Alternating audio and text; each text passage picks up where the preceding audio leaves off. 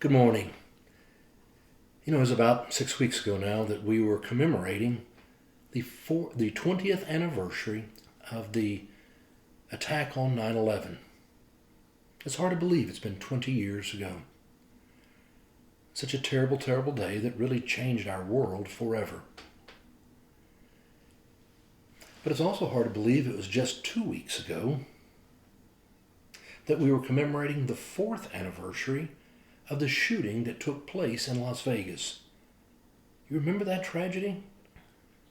There was a 64-year-old man who went to the 32nd floor of Mandalay Hotel, rented a hotel room. He had all kinds of rifles and ammo because he knew there was going to be a concert going on down there. It was called Route 71 Harvest Festival Concert. Thousands of people were going to wind up being there. And he just started shooting. He killed 59 people.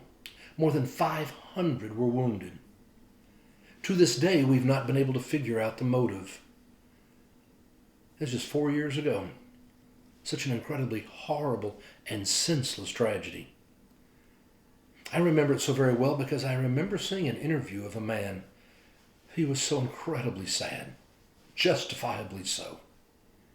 And he was being interviewed and he said, this night will change our life forever. And I thought about that. He didn't elaborate. I don't know what he meant by it. But I thought of how sometimes we have great tragedies, and in that moment we think it will change our life forever, and then we just go back to the way things were. But maybe he meant he was so sad. He lost somebody he loved, a friend. I don't know, maybe he meant he would be sad forever, and maybe it really has affected him that way. Or maybe he meant because of having lived through this experience, he figured he would be anxious in a crowd, to go out in a crowd forever, and maybe it has changed what he can do. Or maybe it meant that he has a greater sensitivity to the fact that life is uncertain. And it has changed his life forever, that he will now live with a greater sense of urgency and a greater sense of intentionality to live in this moment. Maybe with a spirit of gratitude for this moment, and choose to live in a spirit of joy. I know that those of us who lived through 9/11 had our lives changed forever. Those of us who lived through April the 19th, 1995, have had our lives changed forever. Mine was. Didn't go back to the way it used to be. I have a greater sensitivity to the importance of dealing with hatred and terrorism, and I've wanted to live my life to stand for the importance of remembering to love your neighbor with no exception.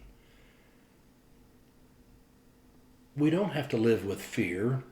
We don't have to live with a sense of dread and terror, having lived through these kinds of moments. No, because of our faith, we're people who believe that we can deal with these tragedies. We grieve, and we are triumphant survivors. It is God who gives us the strength and the grace to continue to go forward, but maybe to do it different. Maybe to not get so upset and frustrated over the little things that are happening in life. Maybe not to get so upset over our friends and family who do things that irritate us. Maybe to put it into a different perspective, and you and I can choose in this moment to say, I want to live with gratitude. I want to live with joy. I want to bring a different perspective, that things have been changed forever.